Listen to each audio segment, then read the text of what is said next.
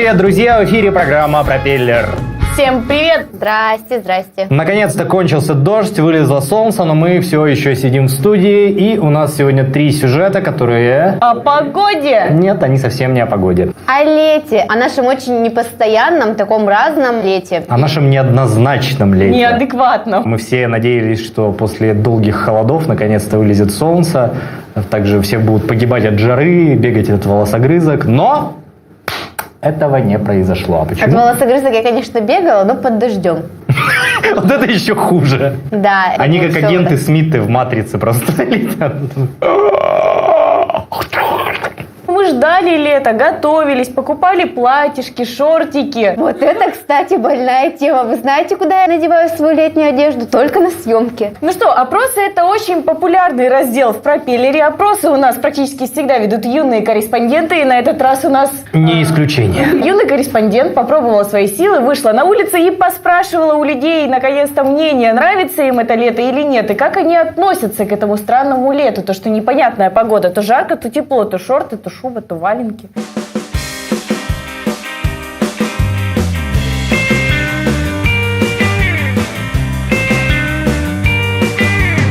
Здравствуйте. Скажите, пожалуйста, нет, Spanish. Don't you think it is a little bit too cold? No, cold, no. In December, cold. Very good. Very good. Ребят, привет. Как вам якутское лето? Нормально. Ну, не очень. У нас то холодно, то жарко. Не очень, очень холодно. Обычно. 20 лет уже здесь. Нормально, Да, только дожди. На высшем уровне. Хорошо? Ну, нынче нету лет. Нормально. Классное лето. Кроме вчерашней погоды, а так все здорово. Вчера было дождливо и немножко грязно. Очень сложно ходить, приходится прыгать. Сильно дождливо было? Ну, нормально. Я из дома не выходил, я соврал. Я нигде ничего не прыгал, я дома сидел. Я дома весь день сидела, когда дождь шел. Мне не нравится. Как бы волосогрызки оценили якутское лето? Ну, не знаю. А ты видел в этом году волосогрызок? Да. Мне кажется, им здесь нравится, поэтому они здесь и водятся. Я их не видел. Они бы сказали, что-то холодновато, пацаны. И, видимо, поэтому я их не видел. Вообще мало, где-то один раз за все лето. Значит, на югах все они. Да. В якутском лете вот какая его особенность? То, чего нет у других. Жарко, комары, машкара. Много комаров, но и белые ночи. Ну, наверное, жара. Хотя в последнее время мы ее и не видели. Аномальная жара иногда. Атмосфера какая-то такая своя.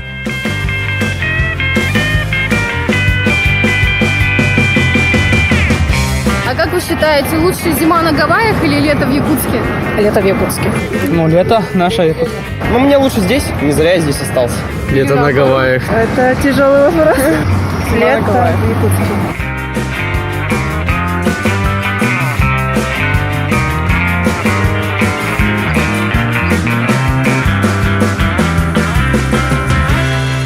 А наш второй сюжет посвящен очень близкой теме для Насти и Марины. Это тема восточных единоборств. Наша съемочная команда встретилась с гостем. Его зовут Ларри Кейт, и он провел семинар по бразильскому джиу-джитсу. Да, Ларри Кейт — черный пояс по дзюдо в первую очередь и коричневый пояс по бразильскому джиу-джитсу. Он приехал к нам из Америки, участвовал в играх «Дети Азии» и решил провести с нашими бойцами бразильского джиу-джитсу несколько открытых тренировок. А коричневый — это не так круто, как черный. Это перед черным, да. Нам же в тот раз наш друг, коллега рассказывал, Ваня Проня. Сначала идет белый, и потом все темнее и темнее. Это белый, потом все остальное. Суть в том, что в UFC вы же играли, вы видели, как в партере происходит все это валяние. Ну, помните примерно. Вот, по сути дела, грэпплинг и бразильское джиу-джитсу, это вот оно и есть. Это на 80% это борьба в партере, то есть лежа на земле. Болевым или удушающим приемом заставить противника тапнуть или уснуть, ну это уже как повезет. А грэпплинг от бразильского джиу-джитсу отличается тем, что очень условно в джиу-джитсу просто в кимоно люди занимаются, в ги так называемом, а в грэпплинге это шорт и футболка.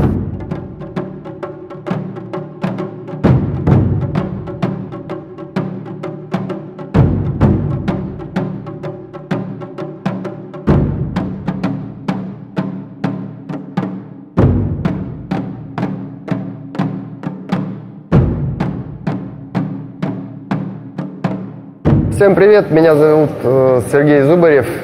Сегодня у нас в гостях гости из Америки, отличный мастер, хороший парень Ларри Кейт. И у нас проходит смешанная тренировка и БЖЖ, и грэпплинг. Отличная дружественная атмосфера, много позитива. Я из города Росбург, штат Орегон. Моя жена родилась в Якутске. Мы приехали погостить к семье и работать над боевыми искусствами.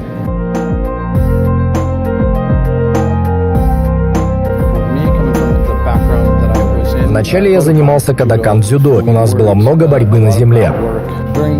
В это время джиу-джитсу начало приобретать популярность в Соединенных Штатах благодаря UFC. Мы с одноклубниками часто оставались после тренировки и просто боролись.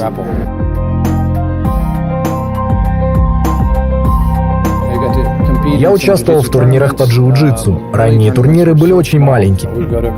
На турнирах по карате раскладывали несколько матов где-то в углу, и мы, 8 или 10 человек, соревновались между собой. Так я впервые втянулся в это. Весовые категории определялись количеством участников, и часто нас делили на легкий, средний и тяжелый вес. Мой первый настоящий тренер по джиу-джитсу Тимоти Карпнелл, и он до сих пор оказывает серьезное влияние на то, как я сам тренирую. Он очень последователен. Он жил в Китае 10 лет, занимался китайскими боевыми искусствами и был чемпионом по ушу саньда. Потом вернулся в США, влюбился в джиу-джитсу и стал чемпионом по джиу-джитсу.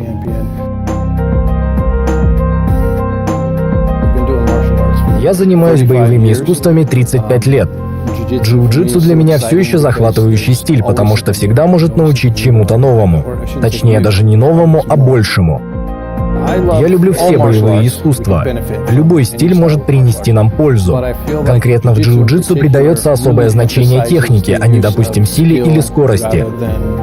Мы используем конструкции и рычаги, чтобы превзойти силу. За всеми техниками стоит научный подход. Если ты выполняешь их неправильно, они не работают. А если выполняешь правильно, они срабатывают с легкостью. То же самое я говорю своим ученикам. Джиу-джитсу — это просто, когда научишься применять его правильно.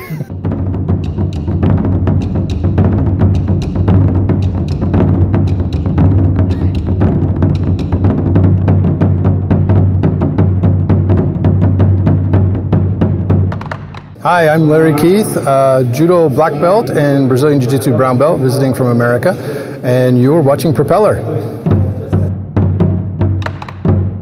А так как наш прошлый сюжет был очень близок для меня и для Марины, то наш следующий сюжет будет близок только Марине. Наш сюжет о татуировках. Или мы чего-то о тебе не знаем? Раньше же очень много было тех, которые там дома сами делали татуировки, сейчас мучаются, переделывают и сами не знают, у тебя что там сделано там? Ой, я не знаю. Я сейчас поверила, господи, думаю, что у меня там? Что-то набили за этот вечер, я не заметила. Я родителям, я их предупредила. Я вот им на серьезе сказала, говорю, да, я вот буду себе татуировку бить. Я им об этом сказала, все, они не поверили. Но это же их проблема, что у меня тетя увидела, аж заплакала сразу. Что ты делаешь? Фестиваль Tattoo Republic собрал на одной площадке всех тех, кто развивает искусство татуировки в нашем городе. Сегодня мы поближе познакомимся с мастерами и любителями тату.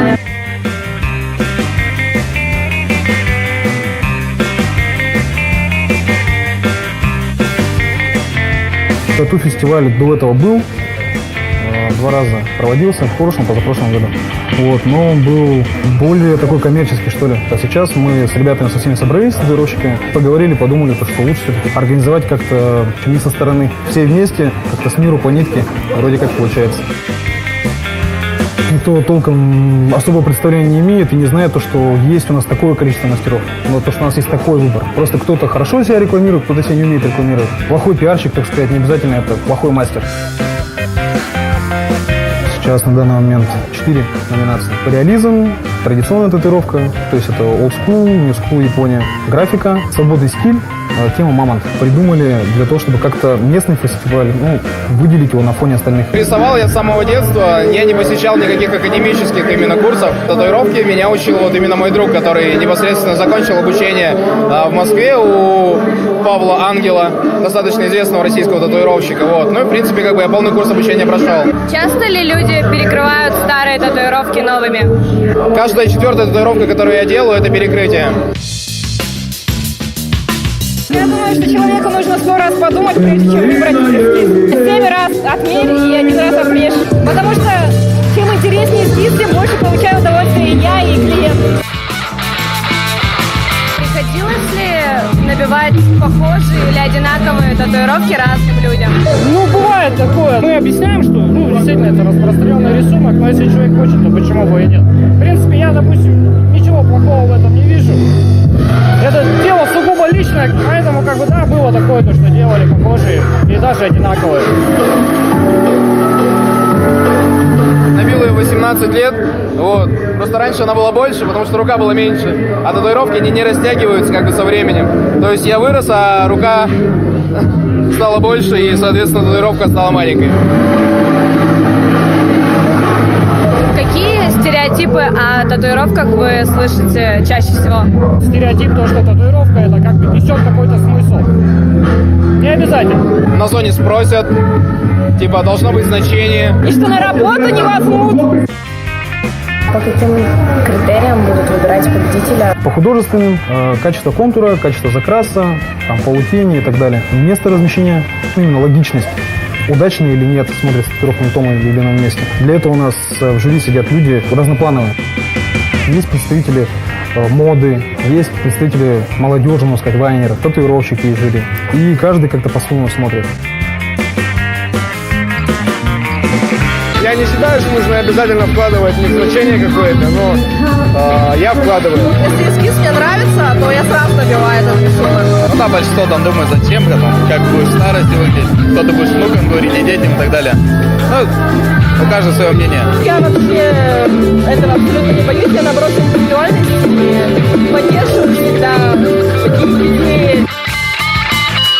Очень много новых сильных мастеров появляется. Я сам не очень давно занимаюсь, но не знаю, мне кажется, уже на уровне. Собираетесь ли вы продолжать делать татуировки? А по мне не видно?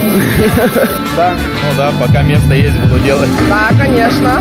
Это самое любимое мое дело.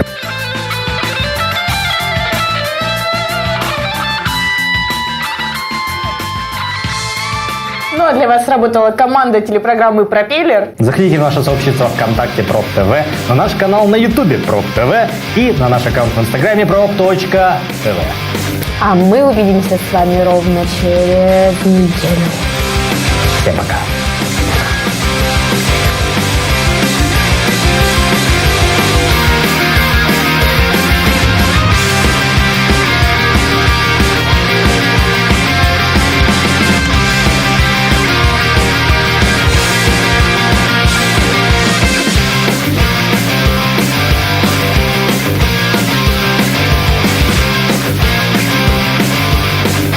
Якутский колледж инновационных технологий приглашает школьников 9 и 11 классов получить востребованные специальности: экономика и бухгалтерский учет, право и судебное администрирование, земельно-имущественные отношения, документационное обеспечение управления, сервис на транспорте и операционная деятельность в логистике. Якит. Будущее в твоих руках.